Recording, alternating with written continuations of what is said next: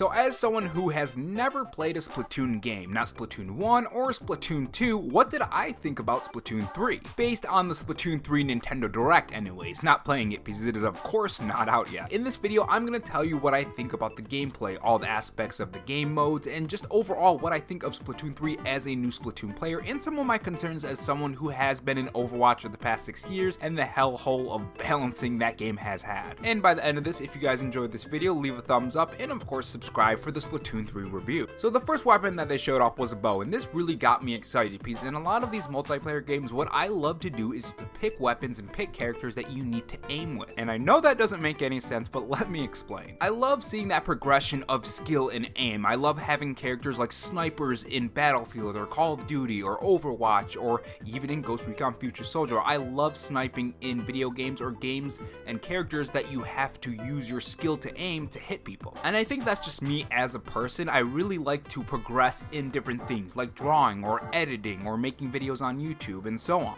I like a sense of progression, and that's why a lot of times in RPGs and multiplayer games, if I don't feel a sense of progression, I don't like playing it anymore. So the fact that they added a bow, one of the weapons that I love using in pretty much any shooter, is fantastic. So a good example is in Overwatch, I like to pick characters like Ashe or Hanzo, or when I'm healing, I like to pick Ana or Baptiste. And that's why I'm really excited to use that new character in Overwatch 2. I don't want to say the name because I have no idea how to pronounce the name, but this is the character I'm talking about. Now they also showed off a katana, which they call a splatana, which is really cool because in shooters, usually you're shooting, so the fact that they have melee weapons is something that's very interesting. But it also does worry me because if you're trying to go up to someone, all they have to do is shoot you from afar and you're completely dead. Now you do have some sort of range attack with the Splatoon katana. You can charge your attacks and you can also throw a bit of paint at them, but I mean, if someone's coming at you with a giant katana, you're probably gonna go and shoot them and kill them pretty easily. Though I guess you could use that ability to dive into the ink and sneak up on them and attack them then, which would be a good strategy. Now they did show off some of the designs and the levels that we're going to be playing on as well, and I really like the design of the levels, specifically this one. Undertow Spillway looks fantastic, and I get a lot of vibes from different levels from Ghost Recon Future Soldier in this level design. One of the fantastic things on Ghost Recon Future Soldier's multiplayer were the levels. The lanes were designed in a specific way for characters to meet up and damage and engage each other. And judging by this level, it looks like that's exactly what they're doing. They also have cover to have some kind of strategic advantage for you or the enemy.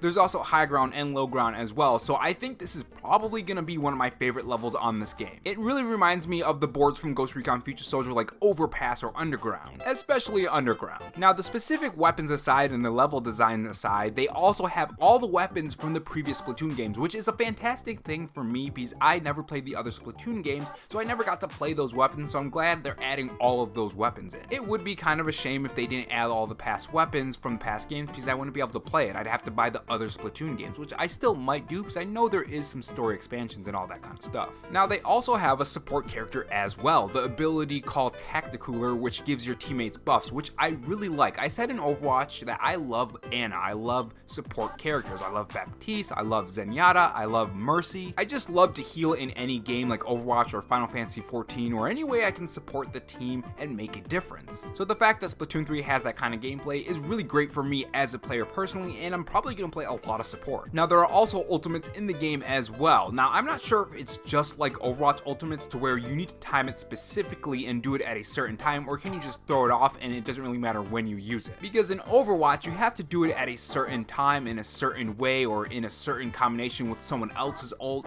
to make it really effective. Timing your ults is very important in Overwatch, so it's going to be interesting in Splatoon 3 if that's something that you have to do. If you guys know more about that, tell me in the comment section below if there's a way you have to use your ultimates with other people's ultimates, or can you just use it anytime you want to kill the enemies and it doesn't really matter when you need to use it. Again, I've never played a Splatoon game, so I just don't know. Now speaking of the ultimates themselves, there must be like someone who loves Mario or something, because there are some ultimates that are clearly inspired by Mario, like the giant hammer. You can't tell me that that isn't inspired by Mario. Now there is also some currency in the game as well. There's currency where you can buy different items for your character and customize your character, but not only does it customize your character, but it also also gives you stat boosts. And this is where I'm kind of a little worried about Splatoon 3, because I know sometimes when you do have different aspects of the game that increase performance, like abilities and other things that change your character's damage output, it can affect the game and it can create an unbalanced situation. This is something that a lot of games struggle with, especially coming from Overwatch. If anyone's ever played Overwatch, you know the balance problems that we've had for the past 6 years. And something that I've always said in Overwatch is that you cannot balance that game. It is impossible to have everything balanced across the board. There's always gonna be the best in class. It's why I always found it weird how all these YouTubers are saying, oh, we have to balance this. Oh, this is too powerful. Oh, now this is too powerful. You can't balance it. When you change one thing, something else is just going to be the best. Like, that's how it is. So the only thing you can really do is get it close to balance, as close as possible. Now, talking Splatoon specifically, this really depends on how much of a performance increase these things are going to cause. If it's just a little here and there, yeah, it's going to give you a little boost, but it's not going to be something that's so dramatic like in Overwatch if you're picking a specific character that has faster movement, or better output, or has an automatic gun versus a sniper, or more health, or more armor. So we'll see how much of an effect these things have on the gameplay, and if it does have a small effect, it's going to be incredibly easy to get it close to balance. But I do like the idea of being able to customize your character's playstyle, because what if you add the Splatana and then you have just a whole bunch of speed and you can zoom around the map and just slice people in half. Now, speaking a little bit more on this customization and the stats that you can get, apparently you can switch out the different perks. Do you have to pay some of your currency to replace them? And also, is there a transmog system? Like, if we want more speed but it's connected to a different visual style and we want some kind of other visual style, are we going to have to sacrifice our customization in order to have those perks? I really hope that it's free to change in and out so you don't have to spend any currency and you're not locked into one style or having a mismatch of different styles. Or at the very least, have some kind of transmog system. Now, they also showed off the social aspect of this game, and this is something that I really like. I love the fact that they're making it incredibly easy to join games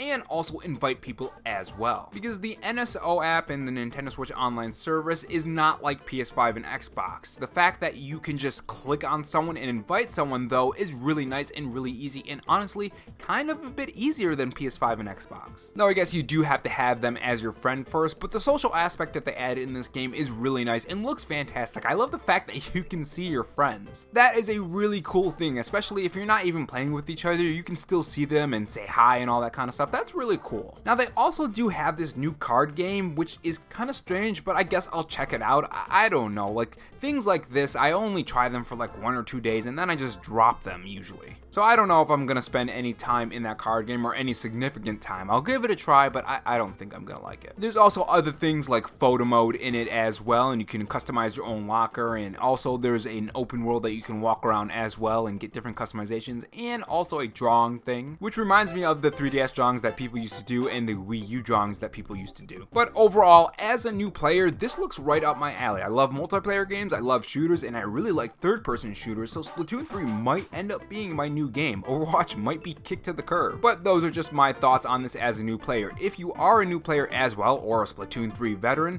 not a Splatoon 3 veteran because that means you already played the game, but a Splatoon veteran, what do you think about Splatoon 3? Tell me your thoughts in the comment section below. And if not, on your way out, make sure you subscribe for more videos and also have that notification bell on. And if you want to support the channel in any other way, there is my Patreon and Twitter account in the pinned comment if you're interested in those.